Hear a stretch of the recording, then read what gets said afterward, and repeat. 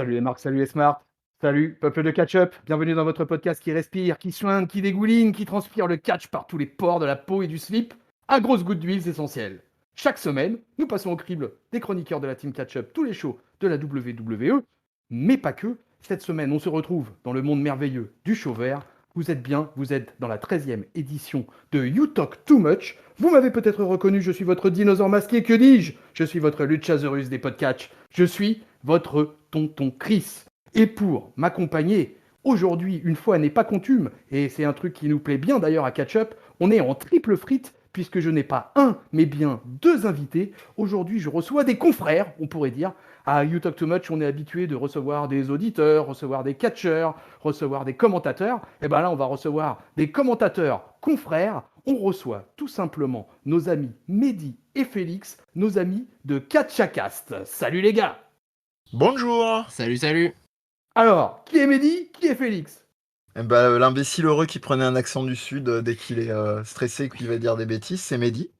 Ok. Et X, c'est le petit moustachu que vous ne voyez pas à l'écran parce qu'il n'y a pas d'écran et que vous écoutez par les oreilles. Ah, Félix porte la moustache? Et Ouais. ouais. Ah, Il tente des looks comme ça pendant le confinement. Voilà. Pas le cuir en ces temps chauds. réponse collégiale. C'est sympa d'avoir un moustachu parmi nous à You Talk Too Much. Je me demande si tu es pas une première mondiale chez nous. Oh là là, c'est beau. Alors, on va expliquer un petit peu à nos auditeurs qui vous êtes. Surtout, c'est surtout vous qui allez expliquer qui vous êtes. On va surtout expliquer d'abord que, en fait, ça fait longtemps qu'on se connaît par le biais des médias interposés, des réseaux sociaux, etc. Yes. Que ça fait longtemps qu'on se dit, ah bah tiens, il faudrait qu'on se fasse un petit crossover catch-a-cast et catch-up, qu'on puisse un peu causer de notre passion commune pour l'ignoble sport. Donc du coup, je vais vous laisser un peu vous présenter un peu à la famille de catch-up. On va commencer. Alors, qui est le plus âgé des deux, là? Ah bah moi. Ah, c'est toi? Ok. Bah, Bon, alors, Attends, c'est vrai que la moustache peut prêter à confusion. Mais en réalité, c'est moi. Ouais, tout à fait. en réalité, c'est toi. Alors, écoute, on va commencer avec le doyen dans ces cas-là, Allez. sans faire injure aux plus jeunes. Mes amis de Catchakas. Alors, expliquez-nous un peu tout. Expliquez-nous d'où vous arrivez, comment vous vous êtes lancé dans cette affaire de podcast sur l'ignoble sport. Et puis voilà, nous raconter un peu la genèse de Catchacast. Ouais, on va faire ça. Simplement, moi, c'est donc Mehdi, j'ai 10 ans de podcast dans les pattes, si je compte jusqu'à aujourd'hui. J'ai commencé avec un podcast qui s'appelle Je Game Moi Non Plus, qui fait de l'analyse. C'est un peu dans la même veine en réalité que Catchacast, c'est-à-dire c'est de l'analyse, on va dire, un peu plus poussée, un peu plus, on va dire, culturelle, comme on dit, du jeu vidéo, sauf que le Guindé. Catchacast, c'est devenu guindé, tout à fait. C'est devenu, c'est devenu après le Catchacast qui a pris le relais. Et en réalité, c'est venu naître d'une discussion très régulière autour du catch. Et surtout, alors ça c'est beau, c'est l'instant émotion, préparez-vous chez vous, là, les auditeurs, auditrices. La transmission de la passion du catch qui s'est faite dans un premier temps avec mon copain Jérôme, qui est un des autres chroniqueurs de l'émission. Je ferai un récap après de la team dans son intégralité, mais à qui j'ai remis le pied à l'étrier du catch, parce qu'il avait un peu laissé tomber. Moi aussi, à une période, pendant quelques années, je suivais que très de manière distante le catch en règle générale.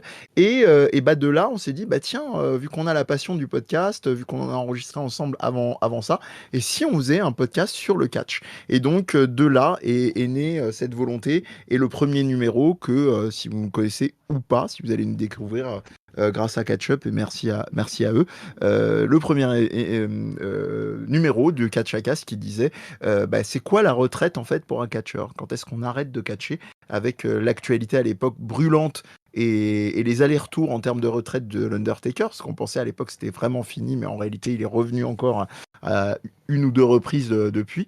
Et de là est né effectivement le catch à cast, avec une volonté sur le premier numéro d'expliquer les bases, c'est quoi un heel, c'est quoi un face, c'est quoi un Alors, twinner, et voilà. Et après ces premiers numéros, on a été, et je vais lui redonner la parole, contacté par un certain Félix. Voilà. Alors non, je n'ai pas contacté, c'est toi qui m'as contacté, mon cher C'était à Mehdi. quel moment? Oh, je sais plus. Mais Ouais. on avait interagi un peu sur Twitter ensemble. j'avais dû écrire parce que moi de base, Félix, je viens de Catch au quotidien. Euh, Ah, d'accord, ok. voilà. Donc je fréquentais aussi un peu les cahiers du catch, mais en Ah, décidément. commentateur. J'ai jamais écrit dans les cahiers du catch, même si l'envie m'en avait pris, mais j'avais bifurqué sur Catch au quotidien. Ils avaient monté un site qui s'appelait indie-fr pour tout ce qui était catch non WWE, qui a finalement été phagocyté dans Catch au quotidien. J'y faisais un bulletin hebdomadaire, un bulletin indie sur donc le catch de la Ring of Honor, de la PWG, de la Chikara, tout ça. Et puis j'ai commencé à faire des articles un peu plus de fond, on va dire, d'analyse de pay-per-view, puis après voilà, d'analyse de thématiques et tout ça. Et au fil de l'eau, après j'ai fait mes blogs perso, parce qu'avec Catch au quotidien, le rythme était tellement soutenu que avec les études, le boulot, tout ça, c'était difficile. Et donc c'est par Twitter que toi, Mehdi, il me Ouais. semble, hein, moi j'ai Non, pas non, mon j'ai contact, confondu, je me suis tu m'as souvenu. La vieillesse contacté. est un naufrage. On s'est fait un Je Starbucks. confirme. On s'est fait un Starbucks, moi avec une casquette CM Punk, toi avec un t-shirt Young Bucks. Et, C'est beau. et donc j'ai participé à mon premier Catch et après je n'ai jamais regardé en arrière. Je confonds avec un autre ami collègue qui était sur le jeu Ah Game bah Moi non plus, bravo. qui nous a rejoint en cours de route, mais il portait la pilosité assez poussée lui aussi. C'est peut-être pour ça que j'ai confondu, qui lui nous avait contacté. Mais autant pour moi, comme disait Félix, c'est moi après quelques échanges via TweetWee qui dit ah bah ce serait bien qu'on se rencontre, et avec l'idée quand même en tête assez poussée, ce serait cool qu'il rejoigne le crew. Voilà. Alors, depuis quelle année existe Catchacast?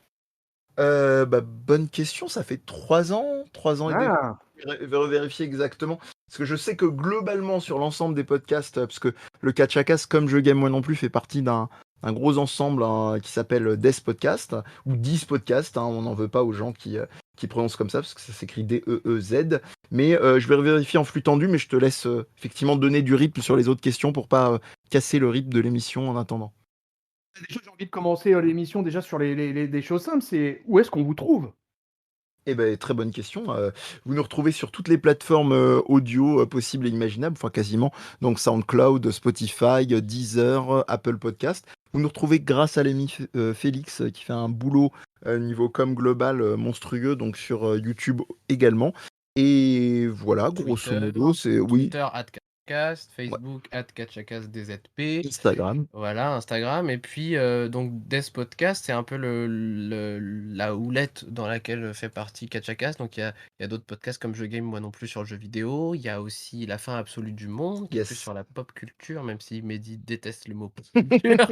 Voilà. Et donc, il y a aussi Des Podcast au pluriel.fr, où tout n'est pas mis à jour, j'avoue, mais on peut retrouver l'univers Des Podcast Ouais, dont Catchacast fait partie. sûrement profiter de l'été pour mettre tout ça à jour. Et pour te répondre, donc 27 août 2017, précisément. Oh oui, d'accord. En fait, vous êtes créé pas très longtemps après Catch-Up. Catch-Up qui existe depuis avril 2016. Voilà, voilà, avec effectivement cette émission. Qu'est-ce qu'une carrière dans le catch? Premier numéro. Et Premier numéro. ouais, tout premier numéro. Et après, bah, pas mal d'autres qui ont suivi On jusqu'au va en être numéro. 42e. Ouais, c'est ça. Avec celle qui arrive, on en sera au 42e. Ouais, en excluant ou pas? Non, on les compte dedans. Les hors-séries. Enfin, il y a aussi eu des hors-séries, voilà, mais on en reparlera un petit peu plus tard probablement. C'est assez drôle parce que finalement on est très cousins, j'ai envie de dire, parce qu'on a beaucoup de points communs sur différentes choses. Et ouais. Déjà bah, sur le fait des plateformes sur lesquelles vous travaillez, vous évoluez, etc. Avoir une présence sur YouTube aussi. Tout ce background que vous venez d'expliquer, là, quand j'entends Félix là, qui parle de catch au quotidien ou des cahiers du catch, je pense que vous le savez, nous à Catch Up, on est tous en fait des anciens rédacteurs Ouais. des cahiers du catch. Yep. Comme vous, on a fêté nos 5 ans là, la semaine dernière avec une émission phare que je vous recommande d'aller écouter, qui est en ligne, où on raconte un peu toute la jeunesse de Catch Up. Et finalement, j'ai trouvé ça assez drôle et je trouvais ça assez intéressant de pouvoir échanger avec vous pour faire finalement des comparatifs sur ce qu'on vit sur la vie et l'œuvre de nos podcasts respectifs. Ouais. Alors, je pense que la base déjà pour tout le monde, en fait, ça va être un peu de savoir. Déjà, j'aurais voulu savoir, c'était quel âge vous avez tous les deux?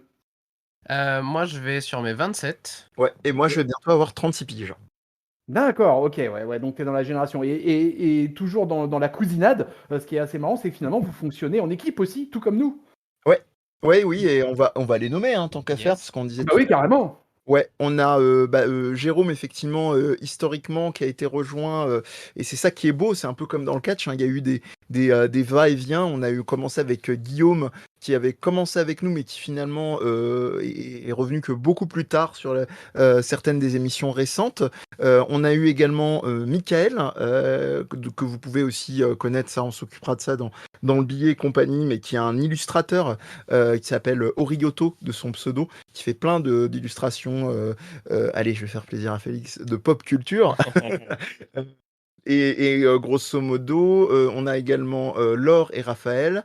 On a également Laure et Raphaël, qui sont des globetrotters de ouais, catch, qui font du souvent catch FR et en et général. qui vont En souvent général, je suis fou, moi, mondial même. bah ouais, qui vont souvent au Japon, qui se font Ouais, des shows de catch qui sortent de nulle part, mais qui ont l'air extraordinaires et tout ouais. ça.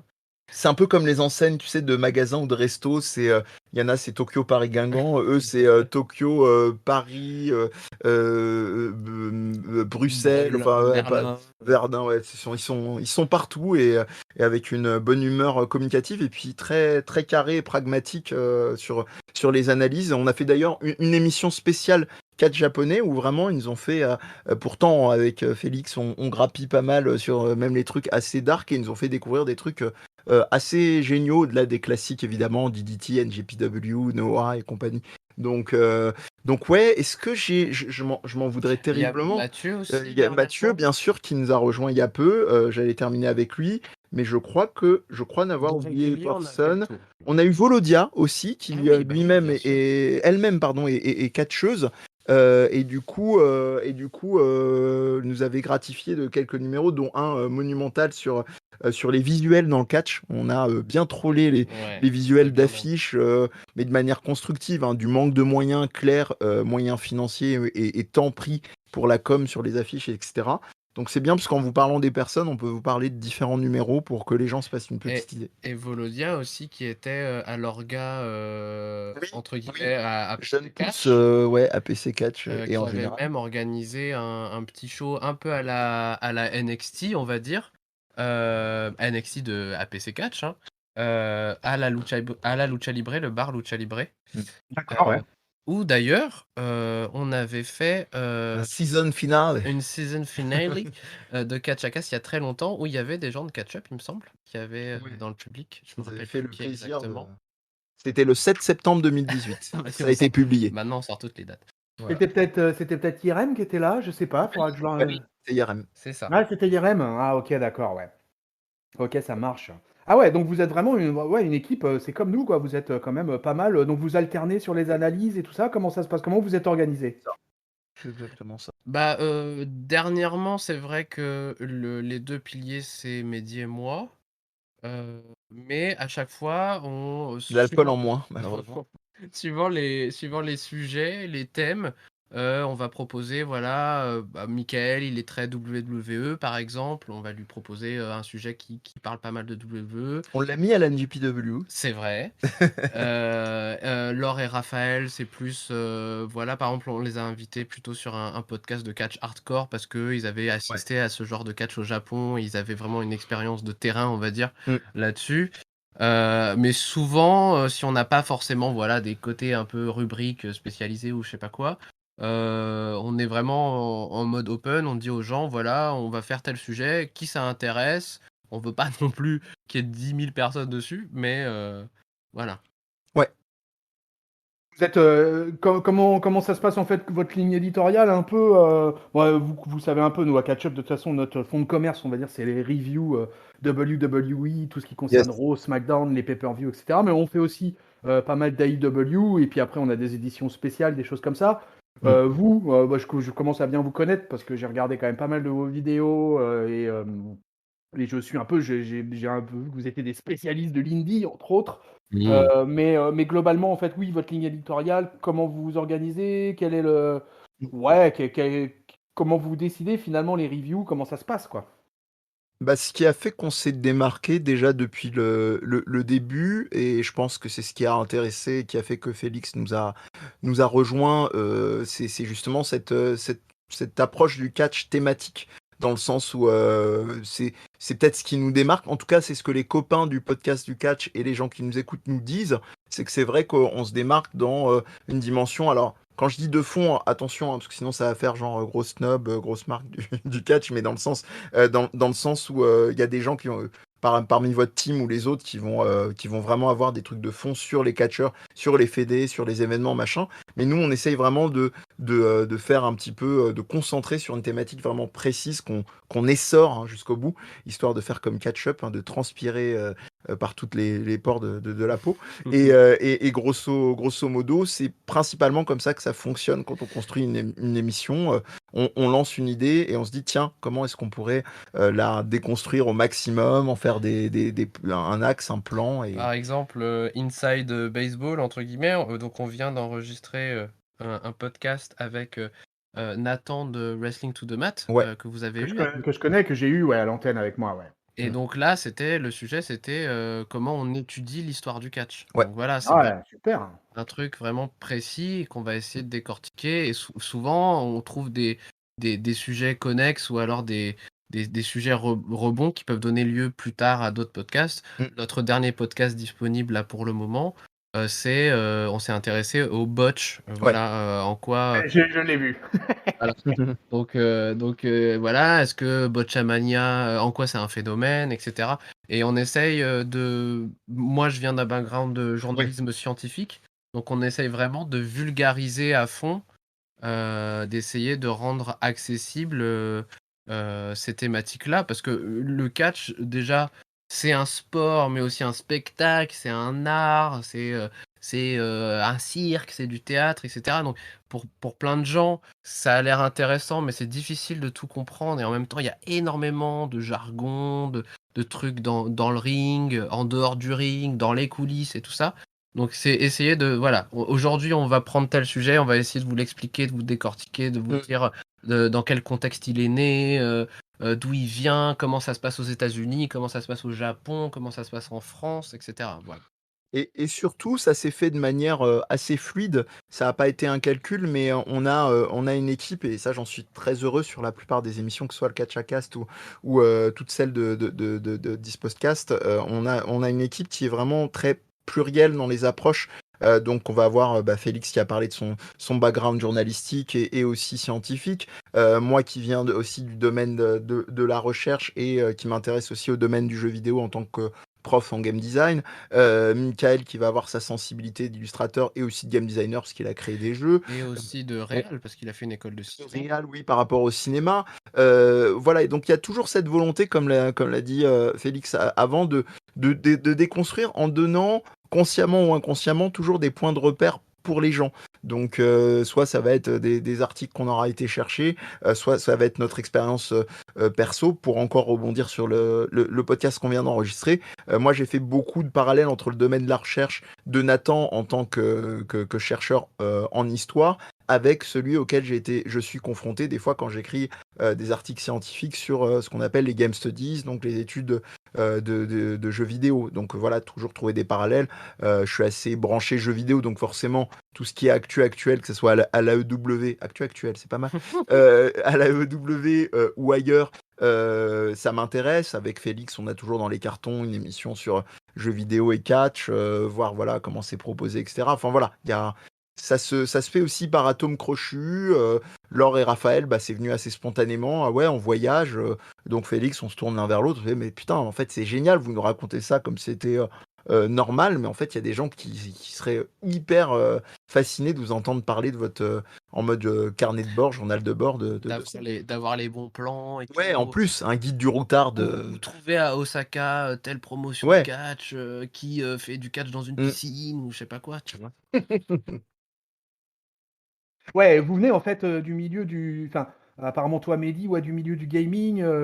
C'est marrant, c'est quelque chose que je retrouve très souvent finalement. Il y a beaucoup de fans de catch qui sont souvent liés à ce monde-là. Je sais Jamais pas, moi.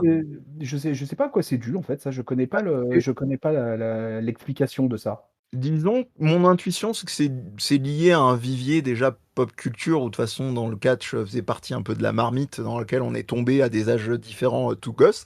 Et puis si tu regardes bien au niveau du jeu vidéo, il y a toujours énormément de clins d'œil, au catch, hein. C'est assez fou, il y a plein de jeux, en particulier japonais, faut pas charrier. Et en particulier jeux de combat, évidemment. Et pas que, franchement, il y a beaucoup de jeux action-aventure qui sont. Mais t'as raison, c'est vrai que tu regardes les petits appels du pied entre Capcom avec Street Fighter depuis quelques années à la EW, avec un Kenny, un personnage de Cody et sa nouvelle tenue additionnelle qui ressemble très curieusement à celle d'un certain Cody Rhodes. Effectivement, un Kenny Omega qui a eu son move signature pendant des années avec Kota Ibushi en mode Hadouken et en solo aussi. Donc voilà, c'est pas très très surprenant. Et puis il y a beaucoup de gens qui ont fait toutes leurs jeunes années sur la PlayStation ou même avant sur Super Nintendo avec des jeux ça et là, plus ou moins réussis. Et puis, moi, j'en avais. Oui, Il c'est y a vrai. quelques temps, je travaillais au Journal du Geek et j'avais consacré une enquête sur voilà, en quoi le catch pouvait être intégré dans la culture geek. Et j'avais interrogé pas mal de catcheurs. J'avais interrogé aussi George Tury, Lynx de Sun, Ravage, Tristan Archer, etc. Mm. Et il y a quand même pas mal de pratiquants du catch, de personnes impliquées dans le milieu du catch qui sont eux-mêmes geeks et qui imprègnent leur performance ou leur personnage ou leur costume de culture geek. Enfin, Ravage et Tristan Ouais. Archer, par exemple. Tristan Archer, c'est un fan de Dragon Ball et ça se Ouais. voit souvent Il y a quand il qu'à voir arrive ses sur le bras, ring. quoi. Ouais, voilà. Donc il y a aussi ça, toujours des ponts entre les deux d'une Mm. manière ou d'une autre. Mm. Un fan de catch qui va être fan de jeux vidéo parce que son catcheur préféré s'y intéresse, Bah ou ouais. l'inverse. C'est pour ça que je pense que le catch, il a un côté vraiment geek aussi, dans le côté vraiment fan un peu obsessionnel, qui veut tout savoir de l'histoire de la WCW dans les années 80. Voilà. Il y a un peu ça aussi chez certains geeks dans certains domaines particuliers. Vous avez raison, on retrouve ça chez les catcheurs. De toute façon, je pense par exemple à Shana à la IW, enfin Bien maintenant sûr. ex-AEW, on peut dire, qui Mm. Ouais, ouais. aussi portait des tenues en hommage à Dragon Ball. Enfin, c'est quelque chose qu'on retrouve dans le catch. Ouais, Mais Arthur, avec sa tenue Dragon Ball à un moment. ouais, ouais. Rufa avec un truc, on sait pas trop si c'était 300 ou God of War. Enfin voilà, il y a vraiment des va-et-vient. De toute façon, on sait jamais avec lui.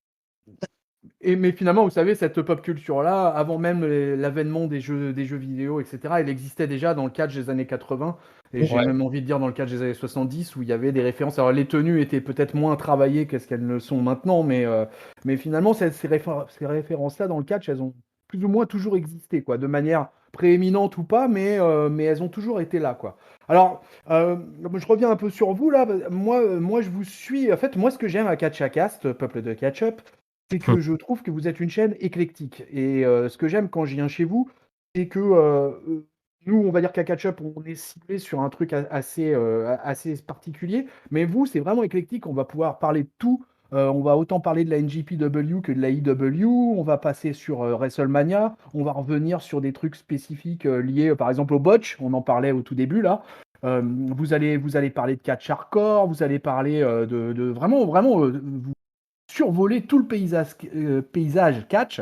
Et c'est vachement intéressant. J'avais beaucoup aimé un truc que vous aviez fait il y a 5-6 mois. Alors, excusez-moi hein, sur les dates, hein, Mais y a mais pas parce de que comme souci. nous, on en enregistre beaucoup aussi. Donc, et comme j'écoute pas mal de choses aussi de différents podcasts et de Ouais. différents YouTubeurs. Mais par exemple, vous aviez fait une émission sur Glow, si je ne me trompe pas, sur la série Glow. Et j'avais trouvé ça vachement intéressant, comme j'avais trouvé super intéressant un truc que vous aviez fait, alors je crois que c'était avec une femme, vous aviez fait une émission sur le catch et le journalisme. Oui, avec Et Sabi Kanrana. ouais, voilà, et bah, je trouve que c'est un des particularismes de votre chaîne, où vraiment on peut venir sur Catch à 4 et se dire, bah tiens, bah voilà, c'est pas la WWE que j'ai envie de voir, ou j'ai envie d'écouter, et j'ai envie de m'intéresser à autre chose. Et chez vous, en fait, on va trouver tout ce mélange des genres, et je trouve ça vachement intéressant. Et, Ouais. est-ce que vous avez des parties favorites? Est-ce que Mehdi, toi, tu vas être plus WWE ou NJPW? Est-ce que Félix, il va plutôt être branché indie? Ou le contraire? Comment ça se passe à ce niveau-là? Oui, il me fait un geste de la main. Qu'est-ce qu'il est, il est beau Réponds-toi. dans la générosité. Vas-y, vas-y. Les deux animateurs du sentier. Donc, la vérité, si je catch. Non, moi, de mon côté, alors en fait, ça s'est fait en deux temps, mais j'ai pas trop envie de manger sur la suite des questions, mais je vais un peu spoiler sur mon rapport et mon histoire au catch. Moi, j'ai été, comme pas mal de monde, avec la découverte de la WWE étant gosse. Donc, avec mon âge, vous imaginez, hein, effectivement, je devais avoir entre 5 à 10 ans au moment où vraiment ça a explosé, où j'étais exposé effectivement au catch WWF à l'époque. Et en l'occurrence, qui est devenu pour les plus jeunes, mais ça, je vous insulte pas si vous êtes sur Catch Up, vous savez, la WWE. Et ensuite, donc j'ai eu une petite période un peu de break, comme dirait Torugano à la NJPW. Et justement, j'ai eu un grand, comment dire ça, j'ai un électrochoc avec ce qui reste pour moi le plus grand match de ma vie, qui est effectivement le match Kenny Omega Kota Ibushi à la DDT. Qui a été vraiment un choc à tous les niveaux, qui en plus j'ai pu encaisser, je dirais, avec une maturité qui était ni celle d'un ado, ni plus tout à fait celle d'un jeune adulte, etc. Avec tous les codes du catch relativement intégrés, digérés, avec tout ce que j'ai pu apprendre dans ma vie entre-temps. Et le truc m'a clairement orienté très fortement vers le catch japonais, avec la NJPW bien en tête. Et puis après, petit à petit, par effet de ricochet, pas le catcheur, le, les différentes sphères, la Noah, la DDT que j'ai déjà citée, la NJPW et ainsi de suite. Donc c'est vrai que j'ai toujours une petite sensibilité, mais je l'ai déjà eu déjà en amont pour la culture japonaise en règle générale, que ce soit dans le jeu vidéo, que ce soit dans tout. J'ai une sensibilité là-dessus et j'y suis revenu par cet exemple que je viens de donner. Donc je dirais, si vraiment genre je devais partir avec un network sur une île déserte, ce serait, je pense, celui de la NJPW. Et toi, Et, Félix? et moi, ça a été T'es plus évolutif. jeune. Oui, déjà, ça a été évolutif. Moi, je suis de la génération NT1, Ouais.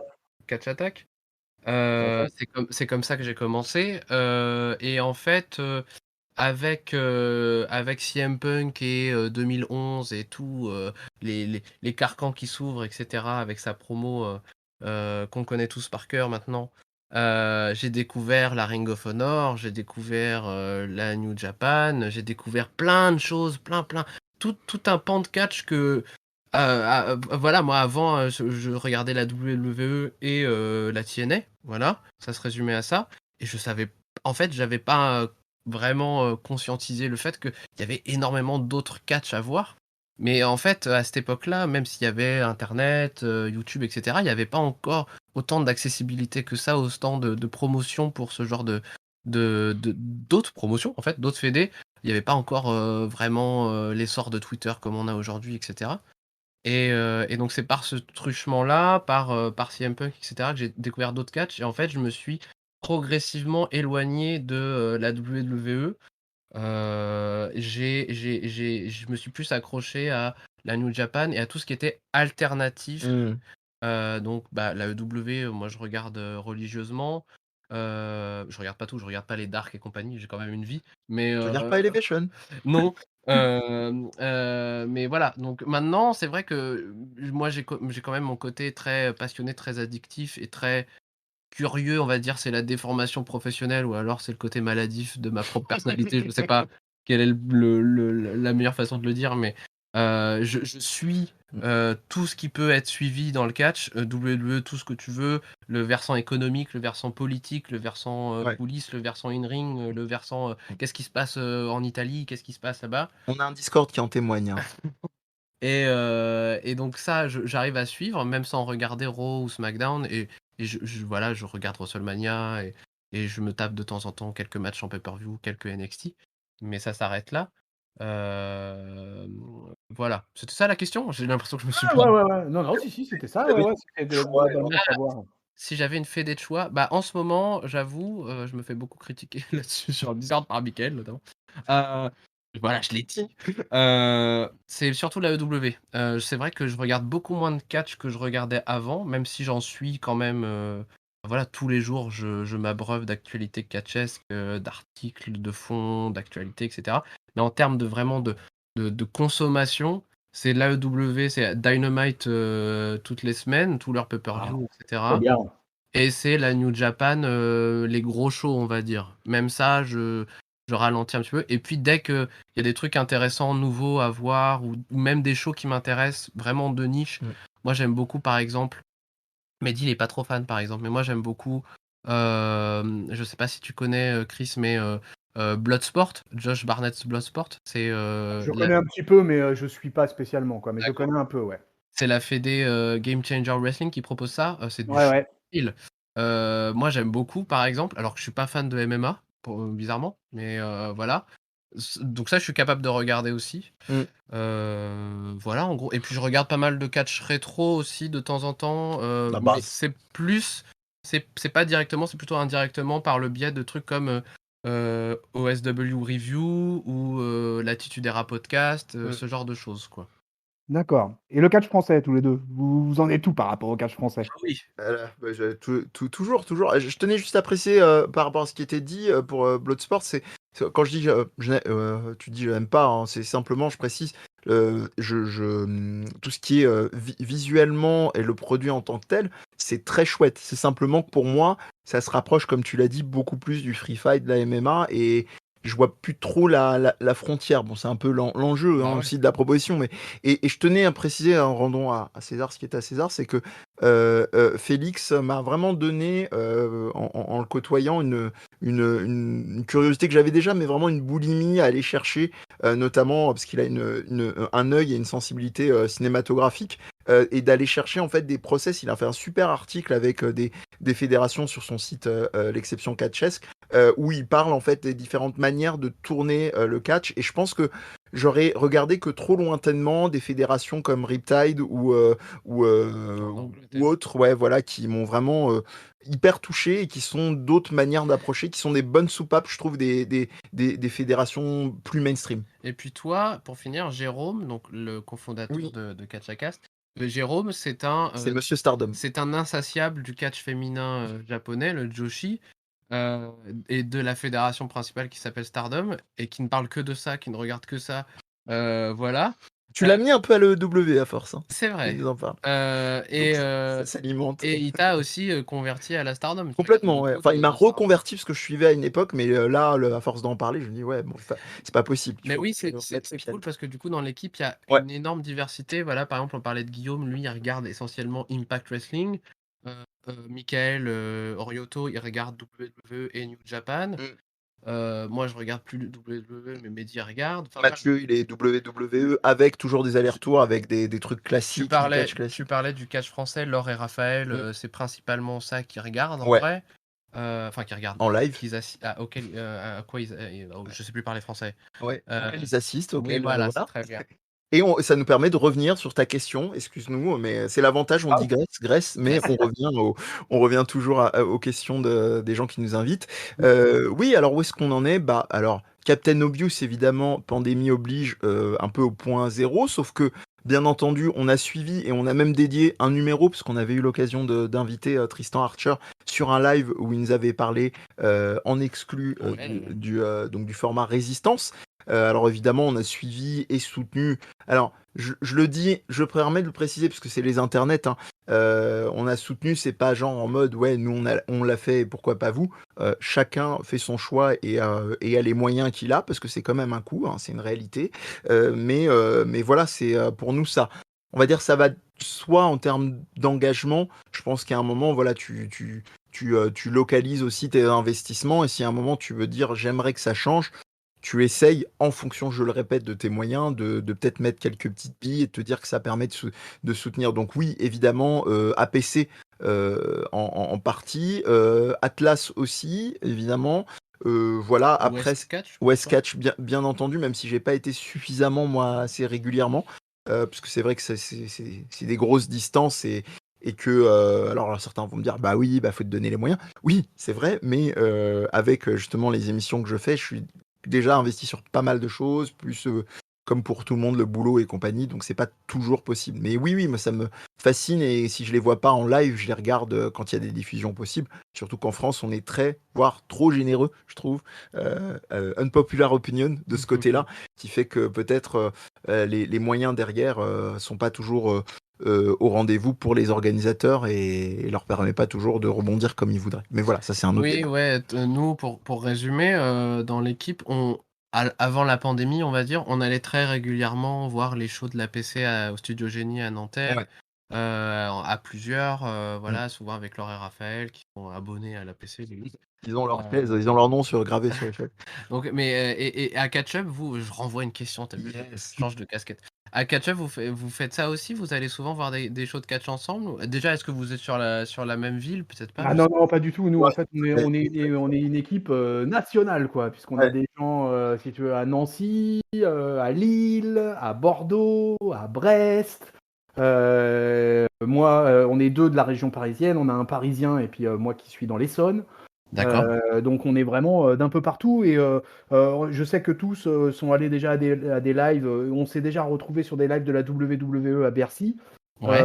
Moi je suis alors vous parliez de catch japonais, le grand fan de la team catch-up du catch japonais, c'est Ringside. Voilà, qui a fait d'ailleurs pas mal d'émissions consacrées à la Ouais. NJPW fut un temps. Et Il d'ailleurs on lui demande de recommencer à l'occasion s'il veut. Eh Euh, oui, et, on et l'avait reçu, pardon, on l'avait reçu Ringside, il y avait ouais. Vous avez l'amiral. l'amiral et il y avait, je sais plus qui était le troisième. On les avait reçus parce qu'ils étaient allés voir NXT Ouais. au Cirque On d'Hiver. avait fait une émission, effectivement, il y Tout a à fait, ouais. plus précisément le 2 juillet 2018, les archives de Catchacast. Le catch parle au français. Et Ah, c'était ouais, mais cool. Ouais. ils avaient même été à 3. Alors, Giscal, Yerem et Hank, qui est plus là dorénavant, mais ils avaient fait un WrestleMania aussi. D'accord. WrestleMania de la Nouvelle-Orléans, il me semble. Et voilà, donc on a tous été voir du catch un peu partout, largement axé WWE. Mais moi, par exemple, je vais voir, je suis pas mal le catch français et je vais voir des lives. Là, le dernier, bon, la crise sanitaire oblige, du coup, c'est un peu compliqué. Mais par exemple, j'avais vu le Tommy End en 2013, j'avais vu le Tommy End versus Tristan Archer à Maubeuge, qui avait été un match incroyable. Alice. Ouais, et j'avais vu là tout dernier, voilà pour parler d'actualité, le tout dernier que j'ai fait, c'est en septembre 2020 le Quality Over Quantity, la deuxième édition qui se passe à Corbeil-Essonnes. Où on avait eu des gens, on avait Aigle Blanc, on avait Durançon, on avait Ravage, on avait tous ces gens-là. Et Les meilleurs. donc moi je suis le catch français, mais moi je suis la WWE, je suis comme Félix, moi je suis un gros fan de la IW depuis que ça a commencé. Alors je regarde pas Elevation et Dark non plus, mais je regarde Dynamite et les pay-per-view et moi, enfin vraiment, j'ai vraiment totalement accroché aux produits AEW et d'ailleurs j'ai commencé à lancer sur la chaîne un rendez-vous assez régulier à propos de l'AEW et moi, accessoirement, moi je suis pas tellement le catch japonais pour toute honnêteté. Je regarde un peu Wrestle Kingdom et un petit peu la fin du G1 Climax en général. Mais par contre, moi, ce que je suis, c'est que je suis beaucoup la lucha libre mexicaine, quoi. Je suis beaucoup la triple A et la triple A, un peu la CMLL. J'étais un aficionados absolu de la lucha underground Ah, et je pense que je vais être un aficionado absolu de la Azteca Underground que la MLW est en train de mettre en place, qui devrait arriver, je pense, d'ici septembre. Et donc voilà, donc oui, on consomme du live quand même. Mais c'est vrai que finalement, comme vous, en plus, en bossant sur un podcast, bah, du coup, on s'enfourne des heures et des heures et des heures et des heures de catch. Alors ouais. justement, ça va rejoindre ma question parce que vous avez un peu répondu à plusieurs questions à la fois en même temps dans votre dernière intervention. Comment vous vous organisez? Comment ça se passe? C'est-à-dire, c'est chronophage le catch. Et il faut se taper des heures de show. En général, c'est 1 heure et demie, voire 2 heures. Quand c'est des pay-per-view, ça peut monter jusqu'à 3-4 heures. Alors, comment ça se passe à Catch? Comment vous êtes organisé là-dessus? Est-ce que vous partagez le boulot sur les reviews que vous faites, enfin sur les shows que vous regardez, ou est-ce que c'est vraiment spécifique? Tu disais que tu avais un de tes collègues là, qui regardait que la Stardom, par exemple. Donc, comment ça se passe? Bah, déjà, nous, on fait des reviews c'est un peu l'inverse de Catch-Up. C'est-à-dire que de temps en temps, vous faites, par exemple, j'ai vu votre nouveau format avec Catch Comptoir, là, avec Ouais, The le Fiend. comptoir du catch, ouais. Vous avez fait vraiment un portrait sur The Fiend, mais vous, c'est quoi 90% de la review? Nous, c'est plutôt l'inverse. Mm. On fait Ouais. des reviews voilà, de WrestleMania, du G1 Climax, d'un pay-per-view AEW, parce que voilà, on est très hypé et on veut partager notre hype et voilà. Mais c'est vrai qu'on en fait moins régulièrement. Du coup, comment on s'organise? Déjà, on essaie de savoir qui est tenté pour voir le show de base, vu qu'on ne regarde pas tous les mêmes choses. Et ensuite, chacun regarde comme il peut. Voilà, on a, vu on a du mal avec nos vies et tous les aléas du quotidien, on a du mal souvent à faire une review 24 heures après, 48 heures après. Mm. Donc du coup, on essaie de s'organiser le week-end suivant. Vraiment, on laisse le temps à tout le monde d'avoir le temps de regarder le show en une fois ou en plusieurs parties. Et après, review classique. Moi, en général, je suis un peu l'astreint au fil conducteur. J'essaie de faire la structure. Mm. Et puis Mehdi, il essaye en animant de timer un peu les interventions pour pas faire trop long, parce qu'il y en a, on les connaît.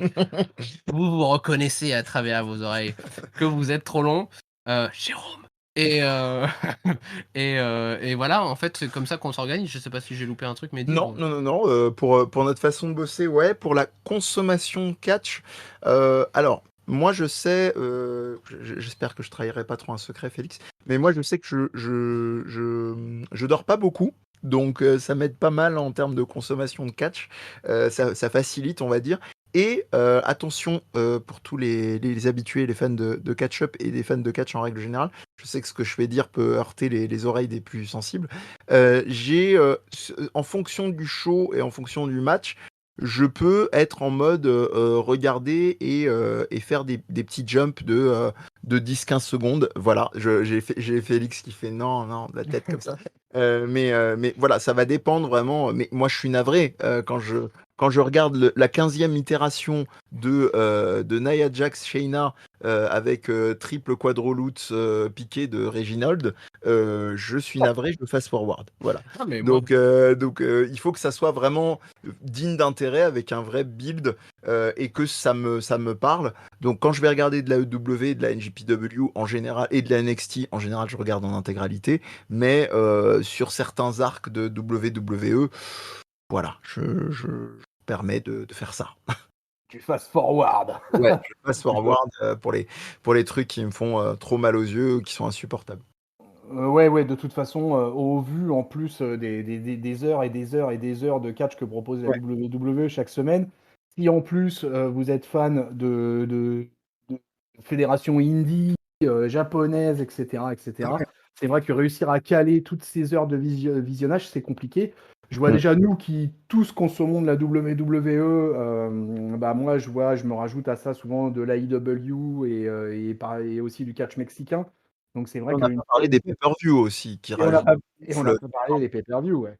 mais nous, Donc, on a respect, robustesse pour Ketchup, hein, parce que c'est un boulot monstre, hein. On le voit. Moi, je regarde pas mal je disais de OSW Review, ce genre de choses, mais je regarde aussi presque quotidiennement des trucs comme le Wrestling Observer Live ou Post Wrestling aussi, que j'aime beaucoup, qui parle d'actu et qui fait des reviews de la EW, de la WWE. Et c'est ouf comment c'est un travail monstrueux de faire ça de manière hebdomadaire. Et quand on regarde des Brian Alvarez, par exemple, quand il parle, on a l'impression qu'il a fait le Vietnam parfois, hein.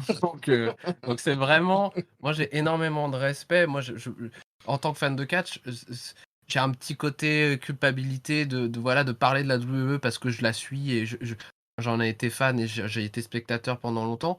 Mais en même temps, je la regarde pas. Donc parfois, dans des débats, j'essaye vraiment de la jouer le plus objectif possible. Tu te caches derrière ta moustache. Voilà. De vraiment de laisser parler ceux qui la regardent. Mais franchement, c'est... Et pourtant, il y a des bons trucs aussi, hein. Franchement, il y a des trucs... Il y a des moments, faut pas déconner. les Roman Reigns et tout ça, moi, des fois, ça me donne envie de voir. Et il y a des belles choses quand même. Ça reste, pour moi, ça reste la Big League et qui nous propose quand même les pay-per-view les plus énormes chaque année.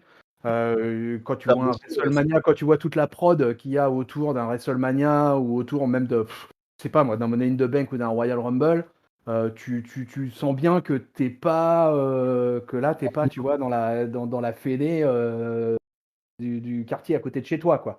Mm. Là, ça rigole pas la WWE à ce niveau-là. Mais quelque part, quand je regarde un Wrestle Kingdom ou des choses comme ça, ou là, le dernier Double or Nothing de la IW, je retrouve des niveaux de production bien élevés, quoi. Ils élèvent le niveau, nos amis de la IW, non? Ah bah clairement, moi, bon j'ai eu beaucoup d'amour pour la WWE tout de suite parce que comme je disais tout à l'heure, moi dès qu'il y a un truc alternatif, dès qu'il y a un truc qui sort un peu du lot d'un point de vue présentation, narratif dans le catch, moi je me lance tout de suite. C'est pour ça que tu as cité Lucha Underground. C'est vrai qu'on n'en a pas parlé, mais parce que malheureusement, elle Ça ne va n'existe plus. de ses cendres que très récemment. Mais moi, j'étais un converti de chez converti à Lucha Underground. Et la EW, bon voilà, malgré le fait que je l'aime beaucoup et que je la suis hebdomadairement, je sais pas si c'est français, mais je m'en fous. Il y a quand même voilà des griefs, il y a quand même beaucoup. Elle nous promettait un truc très différent, très sportif, machin, mais c'est quand même très proche de la WWE dans sa présentation, dans sa façon de faire, dans sa production, on va dire. Et ça, c'est vrai que bah, ça me plaît moins, quoi. Moi, j'aimerais vraiment trouver un truc qui sort vraiment du lot. Même la New Japan, elle s'américanise depuis quelque temps. Et pas forcément pour le meilleur, quoi. Ouais. Donc moi ça commence à me saouler sévère. Et Je sinon, comprends. il y a peut-être Mais dis ton avis là-dessus. Heu, par rapport parce que comme on parle de beaucoup de choses, là, précisément par rapport à quoi? Par rapport à Par encore à rapport à ce qu'on disait avec Félix là sur la IW, tout ça, tu suis déjà toi oui, la oui, All Elite oui, Wrestling? oui, ouais, ouais, non, non, c'est hebdomadaire aussi hebdomadairement aussi, vu que ça existe en français, après vérification. Mais, non, oui, oui, je suis et je suis d'accord avec la dernière affirmation de on va dire de la tendance, bon américanisation, c'est aller un peu, c'est pour aller vite. Oui, Mais oui, je suis tout à fait d'accord, avec ça sur la façon de gérer, mais ils ont quand même gardé, heureusement, c'est ce qui fait qu'on continue de les aimer, le côté très au long cours. C'est un truc que j'adore dans la ouais. IJPW, il peut y avoir des trucs en gestation avec des petits. C'est pour ça que moi, je voue un culte aux interviews post-match que je suis. Alors, ça rajoute à la couche chronophage, mais sur les gros matchs, quasi main event et quasi main event, je regarde les interviews, surtout celle de Jay White. Je t'aime, Jay White, avec Kenny Omega, j'écoute religieusement parce qu'il y a plein de petits éléments, de petits signes qu'il y a des jeux de pistes assez fabuleux et une vraie maîtrise encore de l'écriture. Mais oui, oui, pour la EW, oui, et moi aussi j'attends avec impatience le retour de chez Underground avec Azteca Underground. Je m'en veux de pas l'avoir cité un peu plus tôt. Ouais. Et sur le côté production, c'est vrai que du coup, moi j'ai presque une appétence. Alors faut pas que ce soit vraiment du backyard, etc. Mais j'ai une vraie appétence depuis voilà depuis 2011 et depuis ma découverte de la Ring of Honor et tout ça, de l'ouverture de mes horizons catchesques. Depuis ce temps-là, moi j'ai une vraie appétence pour les trucs qui sortent du lot, même en termes de production, même si c'est pas hyper carré, même si c'est pas hyper lisible. Si ça sort un peu du lot, si c'est juste un petit peu différent, que ce soit par défaut ou par volonté, moi ça m'attire déjà de base.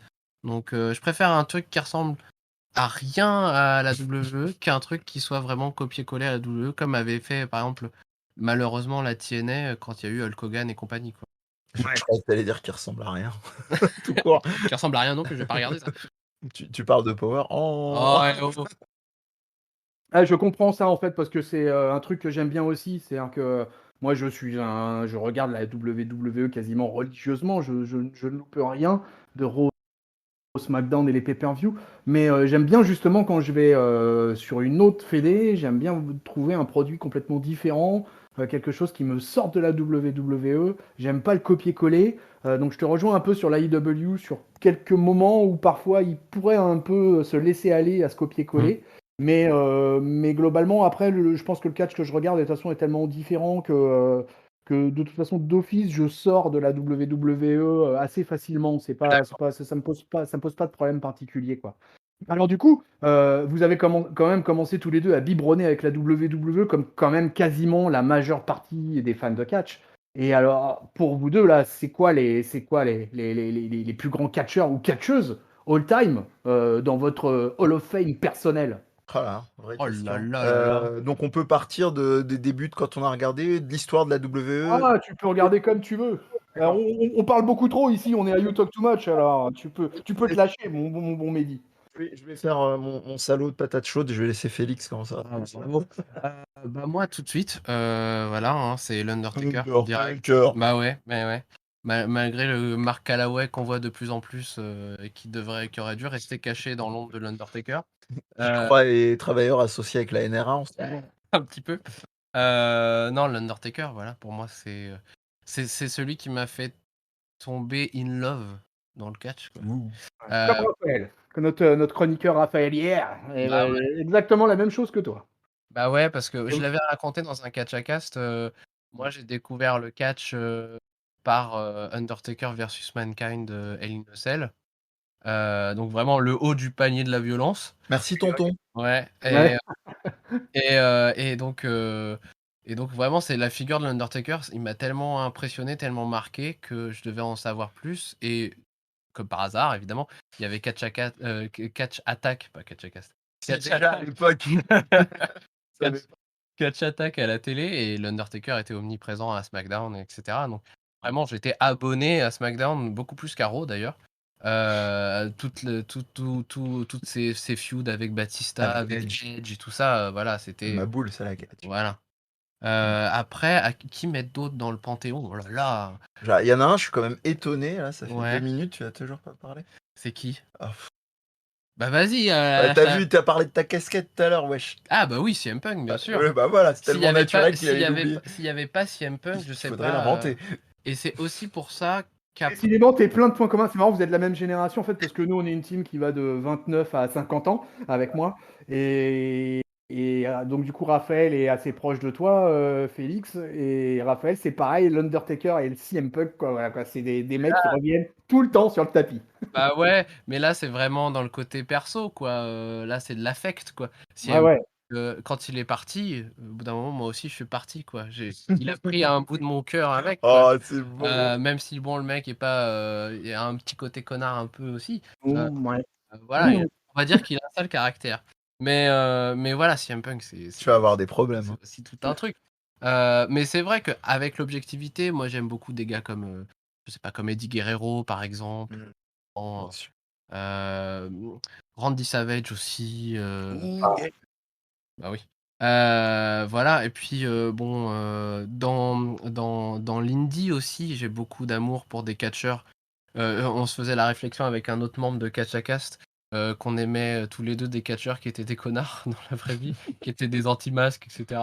Des gars comme Austin Aries, comme Loki. Le Bon. monsieur, il a dit WWE. Hein. Ah, c'était que WWE, pardon. Ouais, enfin, ouais, non, non, mais vous pouvez Ah, digresser, hein, c'est pas un problème. Hein. donc, j'aime beaucoup Batista. Beaucoup Euh, de... euh, mais il y en a tellement aussi. Ouais, Vas-y, un peu à ton tour là. Ouais, ouais, Mehdi, et toi, Mehdi? bah, Undertaker, je crois que pareil, hein, incontournable. C'est impossible vu l'empreinte qu'il a laissée. Le seul truc qui permet de vérifier, si tu demandes à n'importe qui, quelle que soit la génération, il va te dire ah ouais, le mec là avec le grand manteau noir et le chapeau. Enfin, c'est le seul qui repop systématiquement. Évidemment,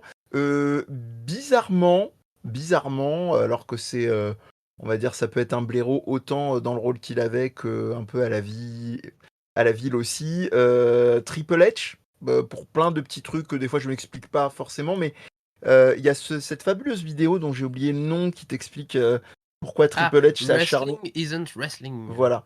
Du fils de John Landis là, Max Landis. Voilà, de cet acharnement en fait de Triple H à vouloir rester à la fois dans le haut du panier, plus sa proximité de plus en plus poussée au point d'épouser la fille de l'héritière, voilà, de la fille de McMahon. Et moi, ça me fascine en fait. C'est vraiment là où je reprends toujours la fameuse expression de Chris Jericho, si Shakespeare était encore en vie, il écrirait des shows de catch. C'est un peu ça. On a besoin aussi d'antagonistes comme ça, même s'ils sont détestables, pour donner un petit peu le sel, sans mauvais jeu de mots, du catch. Après, il y a évidemment le mec qui m'a complètement remis le pied à l'étrier beaucoup plus tardivement. Alors, j'ai aussi, c'est évidemment, comment s'appelle-t-il, Daniel Bryan. Daniel Bryan, c'est un truc, j'en tremble encore parce que c'est quand j'ai commencé à vraiment totalement me remettre comme un full-time job, comme dirait Simon Jérémy, au catch, je m'y suis mis, j'y ai suivi et il a annoncé sa retraite, entre guillemets, avant de revenir. Ouais, j'ai vraiment chialé en fait à l'annonce. C'est vraiment un mec qui m'a. Et de la même manière, mais là, je digresse, ce sera la seule. J'en ai parlé tout à l'heure, Kenny Omega. Kenny Omega, pour moi, sans mauvais jeu de mots, c'est l'alpha et l'oméga du catch. C'est sa relation, même si j'ai pas le même attachement que certains pour Kota Ibushi, mais le fameux Golden Lover, tout le storytelling, le mec en tant que tel, enfin, son athlétisme, tout, quoi. Le fait qu'il soit un gros nerd de jeux vidéo, mais vraiment, quoi.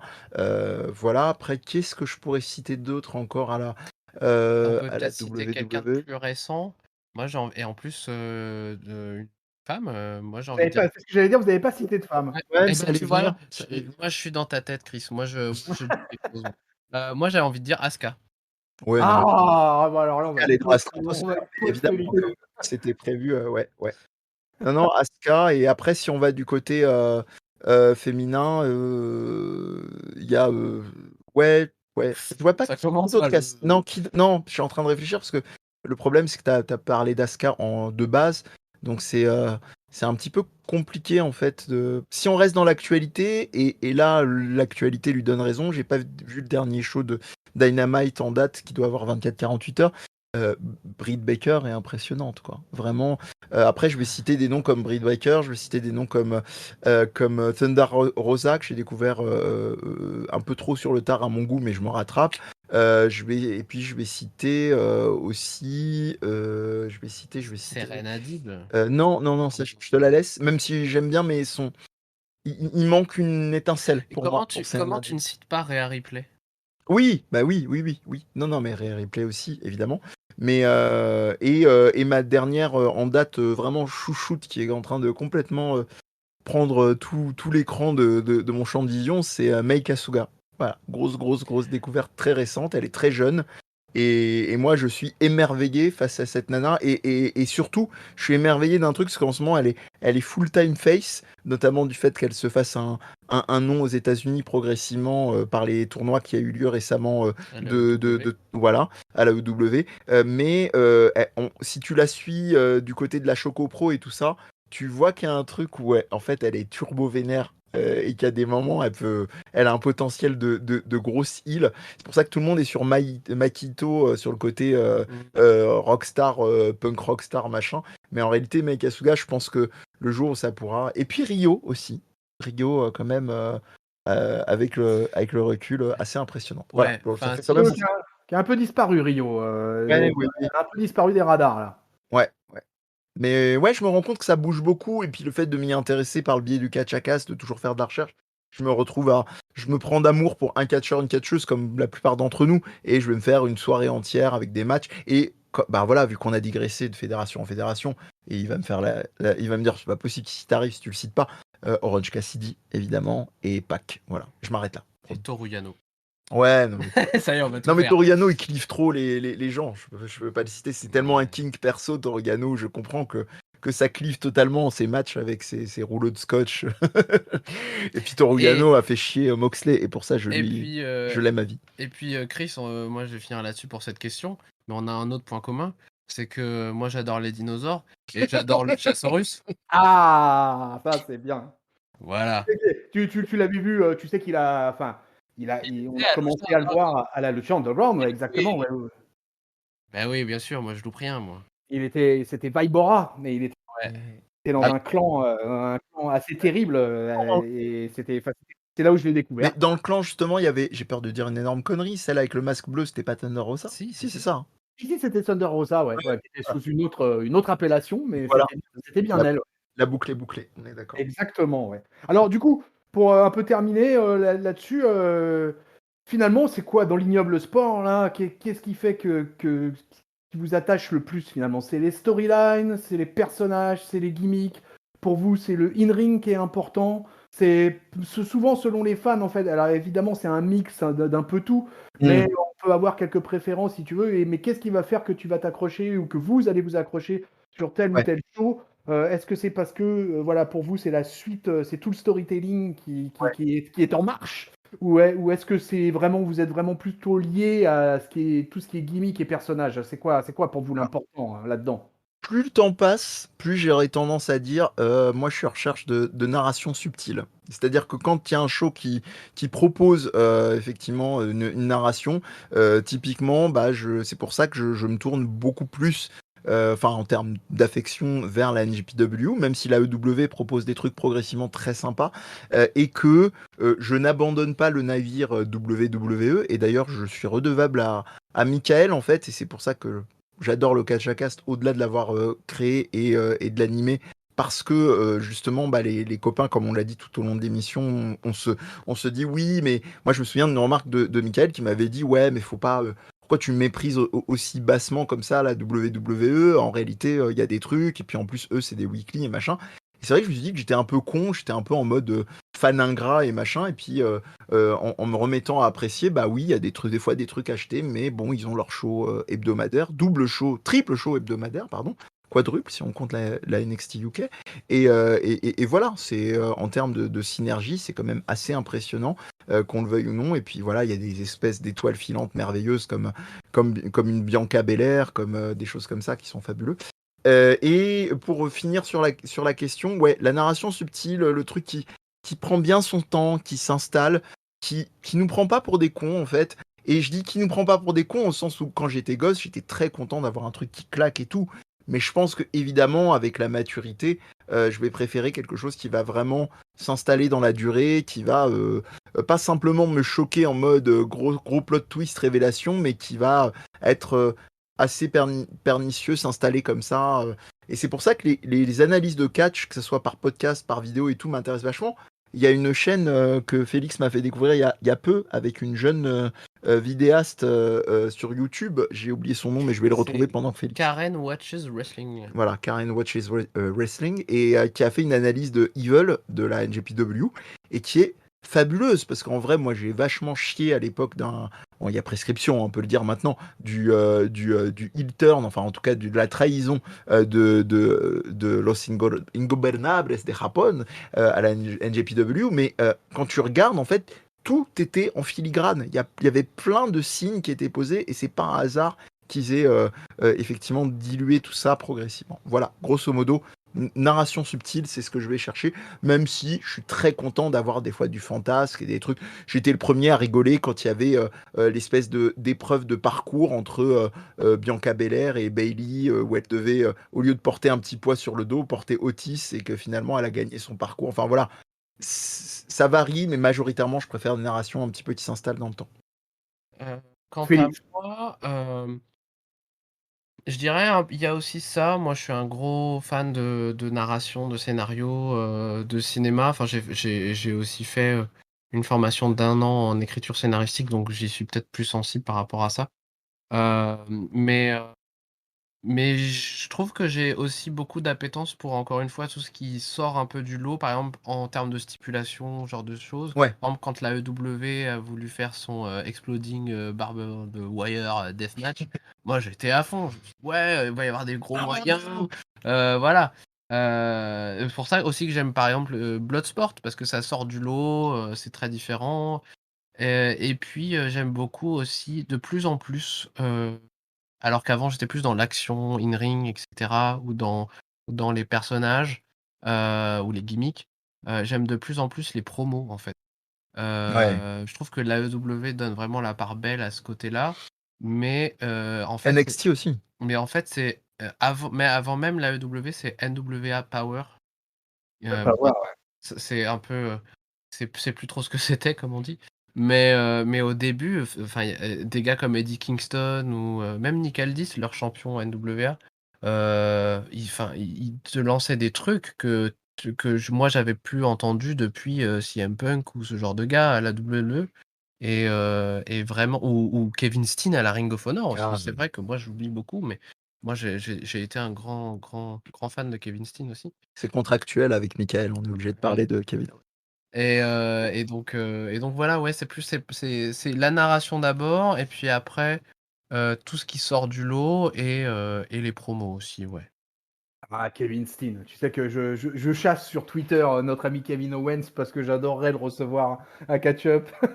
Et- Et c'est vraiment, moi aussi, je l'ai découvert à la Ring of Honor également et j'ai suivi pas mal de choses sur tout ce qui se passait avec El Generico.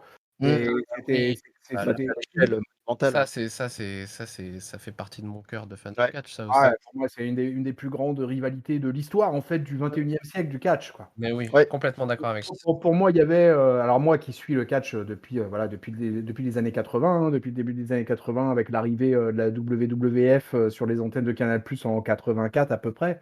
Et donc moi, ça me fait quand je me suis retrouvé avec la rivalité Kevin Steen, El Generico, je suis retourné un peu en arrière sur des vieilles feuds en particulier avec le Macho Man, Randy Savage versus Ricky Steamboat ou versus Ric Flair. Voilà, je trouve il y avait ce côté-là. Je retrouve en fait en Kevin Owens et en Sami Zayn ce côté-là. Et c'est vraiment quelque chose que j'adore. Mais Et tout ce qui concerne la bagarre, on va parler un peu de bagarre, là, parce que D'ailleurs, j'entends Félix qui parle de Bloodsport et tout ça. Mais si on met de côté un peu justement les promos, la narration, les storylines, etc., finalement, quand on se retrouve dans le brut de brut, quand on se retrouve entre les cordes et que ça bagarre dans tous les sens, c'est quoi là qui va vous exciter là, qui va vous faire, oh, il faut absolument que je fasse un podcast ce soir. bah alors pour tout te dire déjà, alors je sais pas si ça va donner des implications aux auditeurs par rapport à l'excitation, mais vous imaginez ce que vous voulez, hein, mais au la catch à moustache frétille. au catch à casse, on s'est déjà bagarré, tu vois. Ouais. On a été sur On un s'est connus ring. comme ça. Moi je lui ai mis des atémies à midi, et Volodia elle lui avait mis un dropkick dans le torse, quoi. Un shotgun d'ailleurs. Un shotgun dropkick. Donc C'est véridique. Carrément. Oui, il y a une vidéo sur le Catchacast où vous pouvez voir ça. c'est des effectivement. dossiers publics. On a fait un petit arc effectivement scénaristique pour on va dire introduire pour la saison qui venait Félix et Volodia. Donc voilà. Il faudra que vous me donniez les vidéos et je vais aller voir ça. Donc déjà, la bagarre. C'est inhérent au catch-up. Non, j'aime pas forcément Ça croque. j'aime quand ça claque. J'aime pas forcément ce qui est beau. J'aime quand ça fait mal. Ça fait Ouais, un peu quand c'est stiff. Ouais, quand c'est stiff, quand ça saigne, quand bon, le pauvre, il a fait un peu trop de zèle, il a eu excès de zèle. Katsuyori Shibata à la New Japan, Ouais. qui faisait des vrais coups de tête, etc. Ça lui a coûté sa carrière, entre guillemets. Mais ça c'est. Moi, ça m'érisse les poils, quoi. Moi, j'en veux plus, quoi. Et c'est pour ça que j'aime aussi le hardcore, je pense. D'un certain niveau, j'aime pas du tout, par exemple, le deathmatch wrestling à la japonaise, où vraiment tu commences le match, où j'en ai parlé dans l'émission sur le hardcore qu'on a fait, où tu t'éclates des néons sur la gueule, etc., avant même de toucher ton adversaire. Ça m'intéresse pas. Mais il y a des matchs hardcore de la ECW à l'ancienne, etc. Vraiment, je pourrais les regarder 10 000 fois, ça me ferait le même effet, quoi. Le Dexter du Catchacast. De mon côté, alors plus pareil, hein, plus le temps passe, tu sais le truc de bon, heureusement c'est pas vieux con ce que je dis, mais et puis tant que je vire pas de droite, mais plus le temps passe, plus j'ai beaucoup de fascination pour le bon, je pense que ça c'est aussi quand on est jeune, on va être plus impressionné par des qualités athlétiques ou un corps plus bodybuildé, encore que ça se trouve c'est une vérité qui est pas du tout généralisable, mais de plus en plus touché par le catch technique. Notamment, j'ai eu un très gros déclic, un peu tardif, mais très gros déclic grâce à Zack Sabre Jr., qui m'a vraiment fait aimer le catch technique bout en bout. Et j'ai récemment vu, si vous l'avez pas vu, je vous le recommande, même Félix, j'en ai pas parlé quand il est arrivé. C'est un match récent à NXT UK entre Bate et A-Kid, qu'il a d'ailleurs, je crois, si je dis pas de bêtises, entraîné. Et ce match est incroyable. C'est Ok. vraiment, ouais, ça fait genre match miroir, mais hyper finaux sur. Bref, j'en dis pas plus. Et donc voilà, déjà, match technique. Après, j'ai toujours un petit faible pour les OMG moments, voilà, du gros high fly. C'est pour ça que j'ai pas parlé tout à l'heure, mais du côté indie, un amour à vie pour la PWG. Avec des chocs là aussi visuels, ce fameux triple threat entre Keith Lee, Ricochet et Jeff Cobb, Big Guys Can Fly, qui est fabuleux, quoi, où je me suis dit putain, il y a des mastodontes et c'est vraiment les moments où petit à petit je me disais ouais, enfin il n'y a pas que la WWE dans la vie évidemment. Et voilà, donc le high fly peut me toucher. J'ai le monkey spot, bon, Osef, il y a Félix qui est vraiment à Ouais, fond, ouais, donc ouais, ouais. faut que je le laisse parler. Si je le dis pas maintenant, je vais me trahir moi-même. Cette question, et ce que tu viens de dire, Mehdi, ça me fait rebondir sur ta question, Chris, du Hall of Fame et tout ça. Rob Van Dam. Ouais. Rob Van Dam, c'est lui qui m'a vraiment. C'est l'Undertaker qui m'a poussé dans le bain du catch, mais c'est Rob Van Dam qui m'a fait apprendre à nager dans le catch. On va dire. Pour, Oh, c'est beau. Voilà, Rob Van Dam, c'est mon catcheur parfait, quoi. Il est hardcore, il est stiff, il est athlétique, il fait des trucs que t'as jamais vus, et il est hyper charismatique. Après, malgré tout, Et ils font de la weed. on peut constater quand même que sur le 21e siècle, voilà, la différence entre le catch, c'est que les powerhouse dorénavant sont capables de high Oui. flying, sont Ouais. capables de gros moves techniques. C'est vraiment une des constatations que moi j'ai fait en fait au fur et à mesure des décennies. Quand- On est passé vraiment d'un catch des années 80-90 qui était quasiment un catch À la papa, ouais. à la papa, ou qui pouvait être vraiment super violent, vraiment avec beaucoup de brawlers, beaucoup de voilà, dans les rosters, il y avait beaucoup de mecs comme ça. Et puis là, tout d'un coup, il y a eu un espèce de passage, il y a eu un espèce de tournant d'attrait peut-être justement de la génération Catch Attack, etc. Où la WWE et d'autres fédés ont commencé à trouver des mecs énormes, mais qui étaient capables d'autre chose que de coller des atémis et de coller des forearms, quoi. Et ça a changé aussi, je pense, pas mal la vision du catch pour pas mal de fans. Et à vous écouter, en fait, j'ai l'impression que vous êtes totalement dans ce mood-là, quoi. Mais quand tu cherches aussi 80-90, bon, c'est beaucoup plus de la rareté qu'aujourd'hui, t'as totalement raison sur ce point-là. Mais il y a des gars, et moi j'adore ce genre de catcheur, des gars comme Bam Bam Bigelow ou Oui. Vader, qui Ouais. sont des Brock Lesnar en Vader. puissance, mais qui sont capables, et comme Brock Lesnar d'ailleurs, qui sont capables, parce qu'il peut sortir des shooting star press quand il le loupe pas C'est ça. en main event, mais ils étaient capables aussi de te sortir des moonsaults, des trucs de fou, quoi. Et c'est ça qui faisait la différence. Malheureusement, c'était pas ce que privilégiait la fédé au sommet du catch qui était la WWE. Elle a mis effectivement du temps à s'y mettre, etc., à accepter ce genre de style, mais Et même aujourd'hui, elle fait atterrir ces big guys, hein, parce qu'on n'a toujours pas de retour de Keith Lee, mais bon, ça, c'est pas grave. criminel. Ouais, c'est criminel, on est d'accord.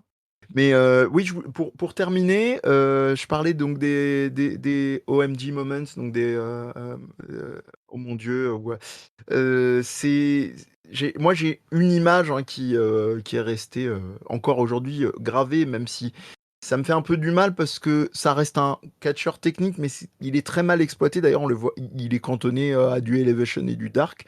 C'est Angelico. Et Angelico et son fameux saut du sommet à deux reprises hein, lors de Lucha Underground, j'ai mis des jours à m'en remettre, quoi. C'était vraiment un truc, je me dis, mais faites c'est le moment où je me suis dit, le catch n'a pas de limite. Allez trouver ça si vous avez l'occasion. Et puis même au niveau de l'acting, c'était vachement bien amené avec Ivalice qui était à l'époque, je sais pas si c'était vraiment blessé ou pas, mais qui était en béquille et qui était aux abords du ring et qui était en mode mais genre mec, mais je pense qu'il y avait une partie de son visage qui reflétait un truc, mais t'es quand même complètement barré même si c'était scripté. Voilà, c'est vraiment des moments comme ça, même là j'en parle, j'ai encore la chair de poule. Donc grosso modo, ouais, de plus en plus d'attrait pour le catch technique. Je continue d'apprécier du match à l'ancienne évidemment, et puis la NJPW évidemment a élevé le rang du côté high flyer, même si en même temps, comme je disais, avec des Zack Sabre Jr., elle m'a fait aussi aimer voilà, du catch beaucoup plus au sol. Et ouais, et dernier truc, c'est pas vraiment un style de catch, mais moi j'aime bien, c'est dans un registre différent de ce qu'a dit Félix, mais ça se rapproche. J'aime bien l'excentricité en fait dans le catch. C'est pour ça que je suis très très très fan de Hiromu, qui malheureusement n'a de cesse de se blesser justement de par cette excentricité, hein. Et c'est un truc ouais, qui me fascine quand il y a une synergie entre l'intensité et l'excentricité. C'est un truc que j'aime beaucoup. Ouais. Ouais, tu parlais d'Angelico à la Lucha Underground. Tu Ouais. sais que sur le deuxième spot, en fait, quand il saute des plateformes là qu'il y avait dans le temple, Ouais. le temple pour les auditeurs, c'était la salle où se déroulaient les épisodes de la Lucha Underground. C'est que sur le deuxième, en fait, il se casse le bras Ouais. et il continue. Ça, c'est incroyable. Mais ça, dans le catch, c'est quelque chose qu'on voit assez souvent. Ouais, Les mecs se blessent pendant des spots et continuent, quoi. Continuent. Ils vont jusqu'au bout. Ça me fait penser à Triple H. Je suis pas à Triple H. Ouais. Qui s'était je sais plus, déchiré le pectoral en plein match. C'était il y a pas très très longtemps, ça. C'était il y a quelques pendant les années 2010 là, et où il se déchire le pectoral et le mec continue quoi, va jusqu'au bout de l'écriture du combat et Ah, termine le combat malgré la blessure quoi. Ça c'est quand même un truc incroyable parce que c'est souvent un argument sur le catch à dire c'est du faux, c'est n'importe quoi. Ils se font pas mal en fait, etc. Mais c'est absolument faux. On voit juste la tronche à Sheamus au dernier row là. ah Ça- ouais. Et c'est clair qu'il pisse le sang. Ouais, ouais. Là, c'est pas du blading, hein. Il s'est pris un vrai kick de Cario, quoi. et ouais, et il se pète le nez quoi, tout Ouais. simplement quoi. Et donc ça, c'est des accidents qui arrivent régulièrement dans le catch parce que ça reste un sport ultra physique et Mm. qu'il faut monter une ou deux fois sur un ring pour comprendre. Alors apparemment, vous avez vécu l'expérience. J'ai eu l'occasion de la vivre aussi. J'ai jamais été catcheur, mais j'ai eu l'occasion de monter sur un ring et de pratiquer quelques prises pour voir un peu ce que ça donne. Mm. Bah déjà, ne serait-ce que prendre un bon petit tatami pour s'ouvrir les bronches Ouais, dans ou la même poitrine. un suplex, hein. Moi, j'ai eu la chance, si vous voulez faire un vrai test, il faut faire partie de son entourage proche, mais Pascal Bouter, hein, qui est un commentateur, enfin un arbitre, pardon, très connu de ceux qui traînent dans la sphère française du catch, qui m'a déjà déposé quelques atémies sur le poitrail. En général, ça vous fait passer le test de savoir si vous êtes fait pour le catch ou pas, hein. Ouais, c'est clair, hein, c'est quelque chose, hein. Donc Ouais. toutes les prises, voilà, ça reste un sport dangereux, pratiqué par des athlètes. Moi aussi, j'ai reçu Tristan Archer il y a peu là, Ouais. et j'en parlais avec lui. On parlait pas mal de préparation. C'était vachement intéressant parce qu'on a axé beaucoup l'interview sur justement toute sa préparation physique, son alimentation. Ouais. Et quand il me parle un peu des bumps, de la manière dont il pratique, que tu répètes 50, 60, 70 fois, des German suplex, des Blue Thunder Bomb ou des choses comme ça, Mm. bah, tu te dis que tu as intérêt à avoir un dos déjà en acier trempé, et C'est puis que clair. ça explique aussi tout le côté musculaire des catcheurs pour la plupart. Mm. Et parce qu'il y a besoin d'avoir cette anatomie Faire une super. armure de muscle, ouais. Ouais. Ouais, ouais, voilà, il faut être renforcé musculairement parce que sinon tu tiens pas très longtemps. Alors, on parlait d'Angelico qui lui est un gabarit très filiforme, C'est ça, mais, ouais. Ouais. mais pareil, j'ai eu déjà l'occasion de lire quelques trucs du Sud-Africain où il explique un peu pareil ses préparations et tout ça. Bah, même sur un mec un peu filiforme qui pousse pas trop parce que lui c'est pas dans son catch d'être Mm. trop lourd et tout ça. Bah, quand il explique un peu les séances de 1 heure et demie à aller se coller dans les cordes et à se prendre des souplesses dans tous les sens, bah, ça fait peur et ça fait mal un peu aussi, quoi. Ouais, bien sûr. Orange Cassidy est pareil, hein, il est musclé sec, on va dire, entre guillemets. Mais d'ailleurs, il y a une émission, je pense que toi, ou en tout cas la plupart des auditeurs de Catch Up doivent connaître, que j'aime bien à l'occasion, en mode de popcorn ou en vitesse accélérée. C'est les émissions de Sheamus Workout, où il montre en fait les routines même si c'est très très à tendance show WWE, show à l'américaine, où ils sont en mode rigolade, mais c'est intéressant de voir effectivement leurs routines et des routines qui vont être différentes en fonction d'un Tony Nese qui va être très show-off, qui va faire des espèces d'entraînements pour ses abdos qui viennent d'un autre monde, où le mec, en fait, il te fait l'équivalent de ce que tu fais allongé en peinant, en relevant tes genoux pour travailler tes obliques. Lui, il te le fait en étant maintenu sur des barreaux suspendus à je sais pas combien de mètres. Enfin, voilà, c'est impressionnant. Et un Daniel Bryan qui va t'expliquer que ses routines ont vachement évolué en fonction de l'usure de sa nuque et tout. Donc, C'est intéressant aussi, c'est très instructif même d'un point de vue, je dirais presque médical et C'est anatomique. comme Goldberg, là, ils avaient sorti un mini docu sur Ouais. Work. C'était 54 ou un truc comme ça, parce qu'il avait 54 ans ou je sais rien. Et c'était sa préparation pour WrestleMania, il me semble. Et il montrait qu'il faisait de la cryo, qu'il avait un chiropracteur qui Mmh. démolissait les membres et tout ça à l'avance pour les détendre, etc. Le mec avait l'air de vraiment souffrir que pour un match, quoi, Ouais. tu vois. Et nous, on est là: «Ouais, ça a duré 5 Ouais, minutes». ouais. Ouais, après nous, ouais, c'est un scandale, c'était un squash match, ça a duré 2 minutes 30, mais qu'est-ce que c'est que ce bordel? Et le mec, en fait, s'est préparé pendant 6 mois comme un dingue Et pour tu cette moments tu aussi les moments magiques qui mixent un peu ce que disait Félix du côté, Shibata, aller au bout du bout et le moment où ce que tu disais tout à l'heure avec des catcheurs qui continuent malgré tout. Je repense à un bump dont je parle très souvent, qui est, un bump entre, Marty Scurll et Will Ospreay, en vue d'avoir une place pour le titre de junior qui était détenu par Kushida à l'époque. Et en l'occurrence, il y avait eu une espèce de comment ça s'appelle? Le Shooting Star. Bristol de Shooting Star accompagné sur le bord du ring, sur l'apron, l'apron du coup et ça avait fait beaucoup de débats dont Jim Cornette. Après on peut Toujours. pas lui en vouloir. Non mais là-dessus on peut pas lui en vouloir. Est-ce que les catcheurs ne prennent pas trop de risques quoi? Avec ce genre de délire-là. Et en fait, il s'était explosé le sommet du crâne.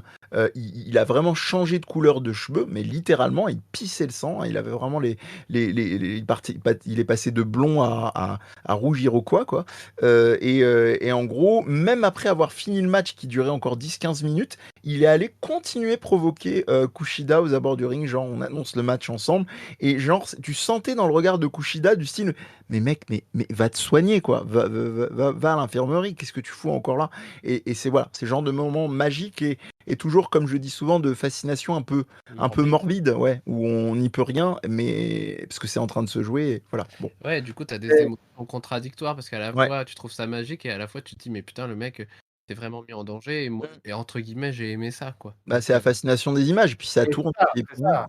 C'est cette fascination, cet attrait, en fait, pour la violence qu'on a tous, de manière intrinsèque quasiment. L'être humain, malheureusement, est construit un peu, là-dessus, depuis des millénaires maintenant. Donc, moi, ce que je vois, en fait, sur la préparation des catcheurs et tout ça, c'est que je trouve qu'il y a beaucoup, beaucoup de similitudes avec les joueurs de rugby, par exemple, sur tout ce qui est la préparation Ah ouais? physique, Pas ces l'antici connaisseurs, ouais. l'anticipation des chocs et cetera. Moi, je viens de ce monde-là, à la base, quoi. Moi, j'ai toujours été D'accord. fan de catch, mais j'ai pas pratiqué catch. J'ai pratiqué voilà, le rugby, j'ai pratiqué quelques sports de combat comme le judo, la boxe et tout. Ah, Et donc je retrouve dans le catch au niveau préparation physique beaucoup, beaucoup de similitudes. Mais moi, ce que j'aime finalement dans le catch, c'est que les catcheurs, c'est vraiment des êtres particuliers. Parce que ces gars-là, non seulement ils travaillent toute une préparation physique, mais en plus, il y a tout le travail autour de la promo, du micro, du suivi d'une storyline, ouais. de l'attitude, de la gimmick, du costume. euh, et c'est ça que je trouve génial dans cette discipline, en fait. C'est que les mecs sont pluridisciplinaires, finalement. C'est ça. Mais c'est fascinant, hein, parce que de te dire, arriver à assurer une promo après un match, alors que tu as potentiellement un trauma crânien dans le cornet, ouais, c'est des super-héros. Moi, je dis aux gens, maintenant, j'ai plus trop d'hésitation. Et on en parlait avec Félix, bah, justement, sur la fameuse interview dont il parlait au Journal du Geek. C'est des incarnations, en fait. Quand je dis, les gens me disent fascination pour les super-héros Marvel, bah, ça existe en vrai, hein. Ricochet a pas mal appuyé d'ailleurs sur cette iconographie-là quand il est arrivé à la Rey WWE. Mysterio aussi, Ouais, Rey avec ses Mysterio masques et évidemment, tout. voilà. Dominique aussi. C'est vrai, Non, c'est vrai, avec son costume très Avengers, hein. Ah ouais, ouais, mais Rey Mysterio, il nous avait même fait un Wolverine dans un Triple Mania il y a 2-3 ans, je crois, Oli, Oli, où il était apparu en Wolverine. J'avais ouais, trouvé ça extraordinaire, quoi. celui avec Bandido et tout ça. Oui, oui, ah, Bandido, voilà. Qu'est-ce que j'aime ce mec. Merveilleux ce match, Bandido 8-9 aussi, il minutes. est over the moon. Ouais. Ah, Bandido, j'espère qu'on le verra à la Azteca Underground, lui. Tiens, Ah, ça. mais ouais, parce que là, il est en train de croupir à la ROH et Ah bah, j'imagine du côté Lucha Libre aussi. je crois qu'il est encore sous contrat avec la CMLL, donc ça va rester compliqué. Oui, il est encore sous ça, je te confirme, ouais, qu'il est toujours sous contrat avec la CMLL, mais comme la MLW a pris beaucoup d'avance et a pas mal tracté en fait pour réussir à obtenir des noms sympas pour attaquer la STK Underground, là ils ont fait signer définitivement, puisqu'il était encore free agent, mais ils ont fait signer King Muertes, qui était Mil Muertes à la Lucha Underground, qui est Et ouais. un powerhouse de chez Powerhouse. Ah ouais. Et Et donc déjà, ça c'est une belle nouvelle, mais effectivement, Bandido fait partie des catcheurs que j'aimerais beaucoup, beaucoup voir à la STK Underground. Ouais, tu pas le seul. on est 3. C'est Triple ça, feat, comme ouais. tu dis. Ah ouais, ça va être plaisir. Ouais, je crois qu'on va se refaire des crossovers de review sur la STK Underground à ce rythme-là. Mais oui. Bon, bah écoutez, c'est super les gars. Je suis bien content de vous avoir reçus. C'est simple. Moi, je suis très fan en fait de pouvoir avoir des crossovers comme ça avec les différents confrères des catch à catch. J'ai déjà reçu Cody, j'ai reçu Sturi, j'ai reçu Nathan que vous avez reçu également. Ouais. Yes. Voilà, j'aime bien ce mélange en fait, ce mélange auditeur, confrère, catcheur, tout ça. Je trouve que c'est vachement intéressant de voir un peu. En plus, ça permet aussi de voir votre background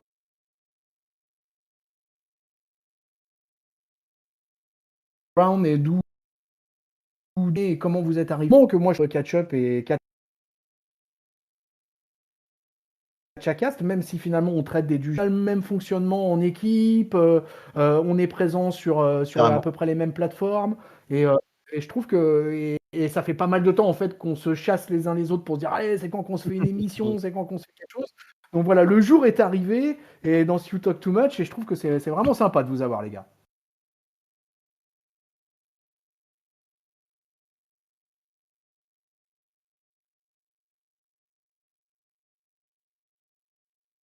Plaisir Plaisir partagé. Ouais, mais de catch différents, mais qui sont aussi dans le Ouais, parce que podcasting. c'est une de mes dernières Ouais. questions. C'était, je voulais savoir un peu quel était votre rapport à ça, justement. C'est-à-dire que, je sais pas pour vous, mais souvent c'est compliqué quand on est fan de catch. C'est pas quelque chose dont on parle forcément dans la vie publique, on va dire.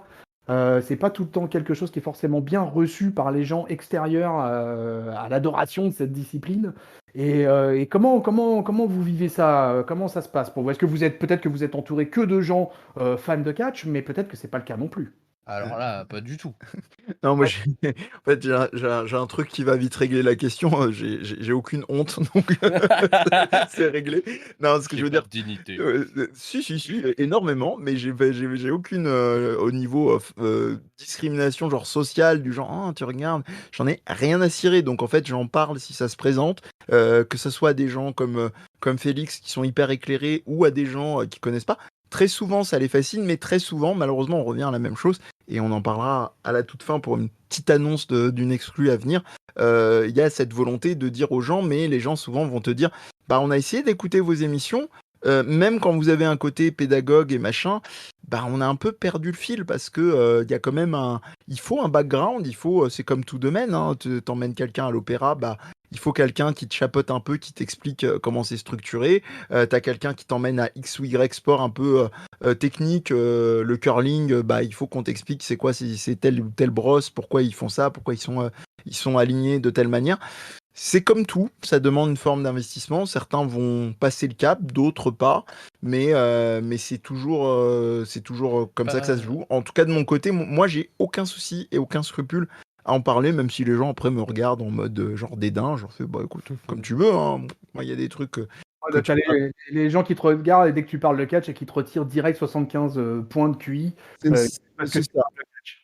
Mais après, en général, moi j'ai tendance, quand je parle des choses, pas que le catch, à quand même les croiser, et pas du tout genre pour frimer la gueule aux gens, mais j'ai une tendance à un peu évaluer la personne qui est en face de moi et de lui dire, tiens, tel truc ça va faire vibrer. Si je sais qu'elle est fan de jeux vidéo, je vais dire, ouais, tu vois, comme dans tel jeu Capcom, dans Resident Evil, en fait, les mecs ils font des prises de catch même pendant le truc, tu vois, dans Resident Evil 4, il y a des suplexes, quoi. Léon, il place des suplexes au perso, il place des espèces de dropkicks, enfin des trucs. Ou alors, si la personne, je sais que la personne est très smart, oui, j'écoute que France Culture et machin. Bon, il y a des gens très bien qui écoutent que France Culture, mais je vais lui dire, mais tu sais, Roland Barthes, il parlait de machin, ou tu sais qu'il y a eu des croisements croisements avec on parlait de Laure et Raphaël, avec des types de catch qui sont quasiment proches pas de l'opéra, mais zut, Théâtre. ouais, mais comment Kabuki, merci, japonais. Donc voilà, je vais avoir une tendance comme ça à évaluer la personne et à la renvoyer vers des trucs qui vont lui plaire. Et puis si elle veut pas, bah elle veut pas. Tant pis. La réalité, c'est que de toute façon, le cinéma regorge de moves, de catch, dans tous les films d'action, dans tous les films. Tu retrouves tout un tas de prises de catch. D'ailleurs, c'est souvent, moi je rigole avec ma fille aînée, ou je sais pas, enfin, je vais regarder un film, et je vais, ah tiens, une power bomb, ah tiens, un drop kick. Tu vois, Ouais, c'est un truc mission est ridicule. faite. Et toi, Félix, alors, est-ce qu'on t'a déjà retiré des points de QI juste à l'évocation de l'ignoble sport? Ah, c'est possible, c'est possible. Mais franchement, je m'inhibe de moins en moins par rapport à ça. En fait, c'est quand je cherchais un nouveau boulot voilà, pour un poste de journaliste quelque part, et que je demandais conseil à une connaissance qui était rédac chef d'un magazine qui s'appelle Histoire, il me semble. Et je lui disais, voilà, moi j'ai fait ça, j'ai fait un stage en labo de paléontologie, d'après toi, qu'est-ce que je mets en avant, machin. Il me dit, mais pourquoi tu mets pas en avant le fait que tu fais des podcasts, tu t'écris des trucs sur le catch et tout, sur un sujet aussi technique que ça? Je lui dis, mais non, mais si je fais ça, on va me prendre pour Un un bout de starbé, gun. quoi. Et il me dit, mais non, au contraire, ça te donne une spécialité, ça montre que tu t'intéresses à un sujet, que tu utilises tes compétences journalistiques et tout pour l'expliquer, et machin, pour transmettre des informations. Donc ça recoupe tes compétences. Et donc j'ai fait, bah ouais, mais en fait, oui. Et donc de plus en plus, j'en parle régulièrement en entretien. Je dis, bah oui, moi je suis fan de ça aussi. C'est ça qui m'a donné envie d'écrire. C'est ça qui m'a fait choisir le journalisme, parce que c'est vrai. Et j'arrête pas d'essayer de recouper le truc, comme dit Mehdi, voilà, de recouper avec le jeu vidéo, etc. Moi, je le recoupe en mode, moi, ce qui me Science, bitch. voilà, ce qui me passionne, c'est de décortiquer un sujet, comme on peut décortiquer, je sais pas, la reproduction chez les espèces de puces d'Afrique du Sud. Et ben, moi, c'est le catch, par exemple. Les castors lapons sont-ils hermaphrodites? Et puis non, j'hésite de moins en moins à parler de ma passion et tout ça, et vraiment de trouver des truchements, mais non, mais si t'aimes ça, voilà, par exemple, j'ai un pote qui adore le jeu de rôle, et ben à l'AEW, Chris, tu sais que Brandon Cutler, Ouais. c'est un fan ouvertement de Donjons et Dragons, et il a un super t-shirt avec un Plus D20, maintenant. ouais, plus maintenant, il a des bonbonnes. Zarma, de trucs qui rafraîchit. Mais voilà, et ça lui a fait découvrir un pan de catch. Il a regardé quelques matchs de ce gars-là, il a trouvé ça cool. Voilà. Est-ce qu'il va maintenir son intérêt? Pas Oui. sûr, mais au moins il a eu une petite introduction, et voilà, ça fonctionne comme ça. Je pense que ça fait aussi partie de la culture des fans, pas que de catch, de se dire il faut qu'il y ait comment dire, une adhésion sans conteste et immédiate. C'est pas comme ça que ça marche. Non. Moi, je suis très content quand quelqu'un aura eu une expérience, m'aura dit j'ai vu ça ou j'ai fait ça, et que peut-être bah il y a le pari que plus tard, ça, tiens, j'ai jamais donné de la chance à machin, et comme j'ai été sensibilisé, pourquoi pas, de manière autonome et tout. Mais voilà, vous bloquez pas, c'est un peu un conseil, si je puis me permettre, aux auditeurs de Catch-Up, si la personne n'adhère pas en intégralité, au moins vous lui aurez ouvert son champ de vision. Puis si elle vous a fait confiance au point de regarder et qu'elle aura pris le temps d'eux, Elle c'est mourra déjà. moins bête, comme on dit. Voilà, exactement. Mon rat moins bête. Tout à fait. Excellent. En tout cas, je trouve ouais, votre manière d'aborder la chose totalement cohérente, et puis ça fait plaisir un peu d'entendre ce genre de choses. Donc c'est parfait. Bah écoutez les amis, on arrive à la fin de cette émission. On va pouvoir lancer la promo. Et là, ça va être sympa. C'est ça qui est sympa dans les crossovers. C'est tellement sympa. Vous allez pouvoir nous faire la promo KatchaCast. Et puis apparemment, tu as une belle annonce en plus, Mehdi. Donc je sens qu'on va kiffer là. Allez, vas-y. C'est parti pour la promo KatchaCast. Au-delà de l'annonce, le mec fait du teasing jusqu'au bout. Comme ce cher Félix a aussi d'autres lieux au-delà du Catch-a-Cast, je vais peut-être le laisser commencer par ses propres lieux dont il peut parler. Patate chaude, man, Mais sinon, je peux commencer. non, Si non, non, t'es- ça me d'accord. va. Moi, je Ça peux te bien va? commencer. Parce que comme tu as d'autres sphères, je me dis autant Bah, les mettre en avant. en dehors Merci. du KatchaCast et de tous les réseaux qu'on a cités au départ, dont je Et m'occupe. que vous allez reciter. Eh ben oui, on est venu que pour ça, de toute façon. Voilà. J'ai l'exceptioncatchesque.wordpress.com, où de temps en temps j'écris des petits trucs, enfin un peu longs, sur le catch. Ça peut être, voilà, j'ai écrit un article sur en quoi les discours politiques, ça se retrouve dans les promos de catch, dans la manière de faire, la manière de convaincre un auditoire, etc. Bientôt en featuring avec Clément Viktorovitch. Voilà, après j'ai aussi d'autres trucs qui n'ont rien à voir avec le catch, par exemple, critique de merde.wordpress.com qui est un blog que j'anime avec, deux anciens collègues de la formation, scénariste, où on fait des critiques, vraiment merdiques, soit merdiques de bons films, soit de films de merde, poussés. Voilà, je crois que j'ai rien loupé. Eh ben écoute, je rembraye donc le Catchacast disponible sur Twitter, Instagram, Facebook, YouTube également pour les replays, non pas rire, mais il fallait la faire, d'émissions et notamment de live, qu'on essaiera de reprendre sous des formes différentes probablement au courant de la rentrée. Sinon, il y a évidemment toutes les émissions d'Es Podcast dont fait partie le Catchacast. Donc, il y a du Suikocast qui est un jeu, un RPG japonais qui a une émission tous les mercredis à 20h pour ceux qui sont sur Twitch. Le lundi, on a le GD Night qui est une émission de game design où on explique pourquoi effectivement quand dans Mario tu as envie d'avancer et de sauter comme ci ou comme ça, c'est pas dû au hasard mais c'est parce qu'il y a un art merveilleux qui s'appelle le game design. Sinon voilà, vous allez voir comme l'a très bien dit Félix, despodcast.fr, ce sera probablement dans votre billet et vous cliquez que si vous avez la flemme vous copiez-coller.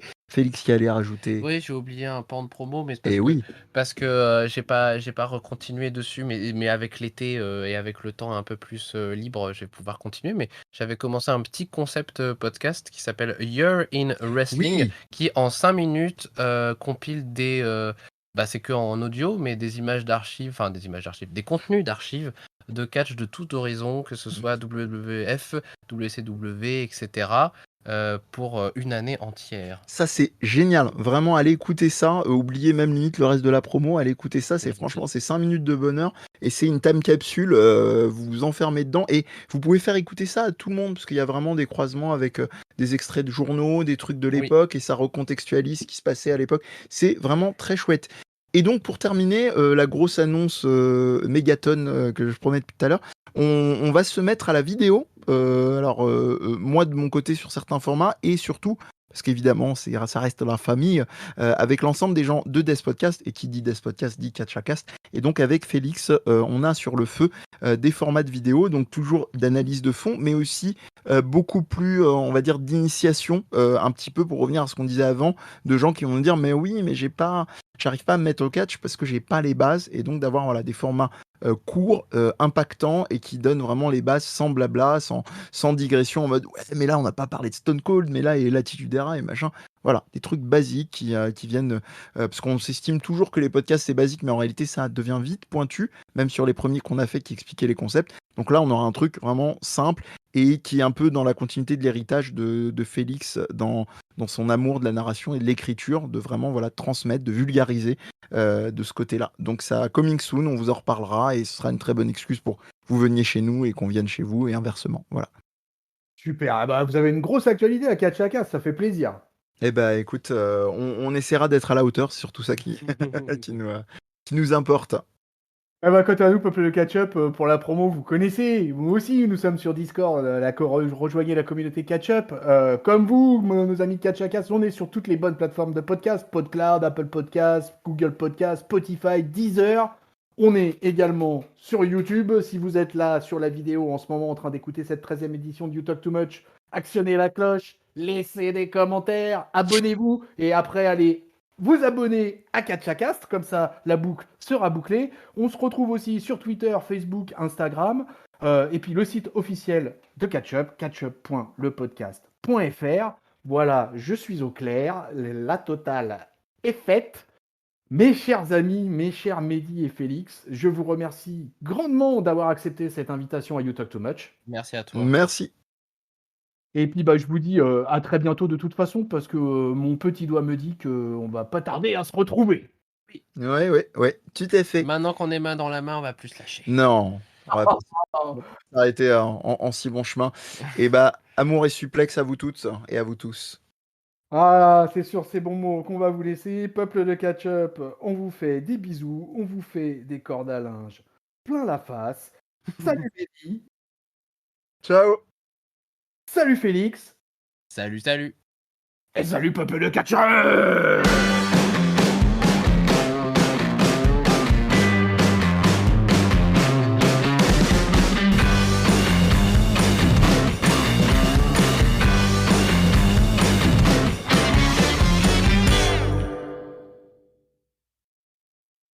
Oui, on est comme ça, nous on sature le fond à la fin des Bah, toujours. Je pensais qu'il fallait qu'on attende que le bot nous dise The record is now over. Ah, c'est peut-être ça.